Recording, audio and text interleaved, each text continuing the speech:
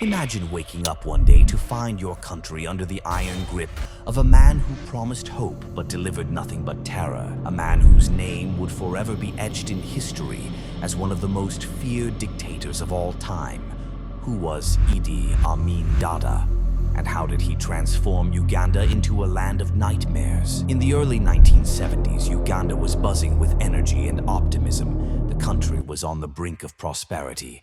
Milton Obote was in power, and people had real hopes for a better future. But little did they know, a storm was brewing in the shadows, one that would shatter their dreams and plunge the nation into chaos. Who was this man? Born in 1925, Idi Amin Dada was a force of nature, over 6 feet tall, with a presence that could dominate any room.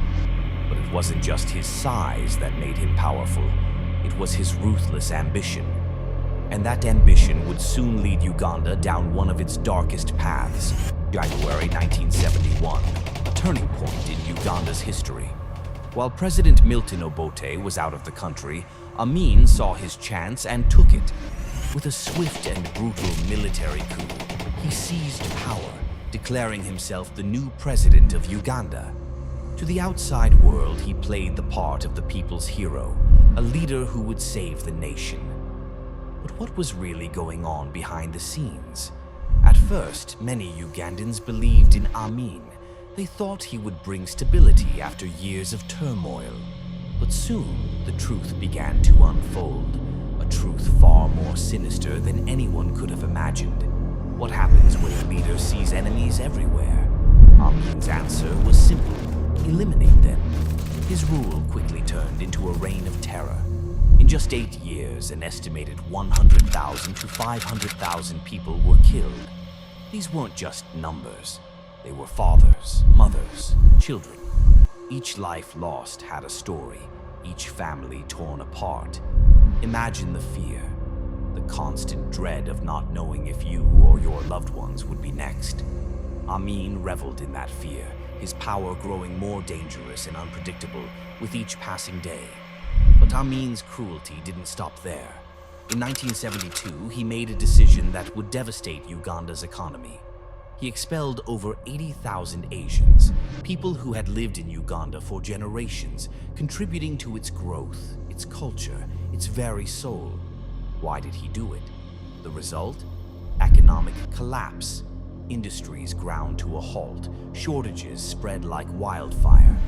But for Amin, this was a twisted victory, a way to reshape Uganda in his own image, rooted in fear and division. As Amin's paranoia grew, so did his isolation. He distanced Uganda from the international community, made strange alliances, and alienated potential allies. Why would a leader do this? Inside Uganda, things only got worse. No one could challenge his absolute power. No one dared. But every tyrant's reign eventually comes to an end. In 1979, the Tanzanian army, alongside Ugandan exiles, closed in on Kampala. Amin's forces crumbled, and as they advanced, Amin fled, leaving behind a nation in ruins. His reign of terror was over, but the wounds he left behind would take generations to heal. Reflective tone. Amin escaped to Libya, then Saudi Arabia, where he lived in exile until his death in 2003. He never faced justice for the countless lives he destroyed, but his legacy is a stark reminder of what unchecked power can do. Today, Uganda has moved forward, yet the shadow of Idi Amin's rule remains. It's a story of survival, of resilience, and of a nation that, despite the horrors of the past, continues to strive for a brighter future. We must remember the victims, learn from the past, and never let such darkness return. If this story moved you, if you learned something today, I'd love for you to subscribe, give this video a thumbs up, and share it with others. History has so much to teach us, and together we can make sure that the horrors of the past are never forgotten. Thank you for watching.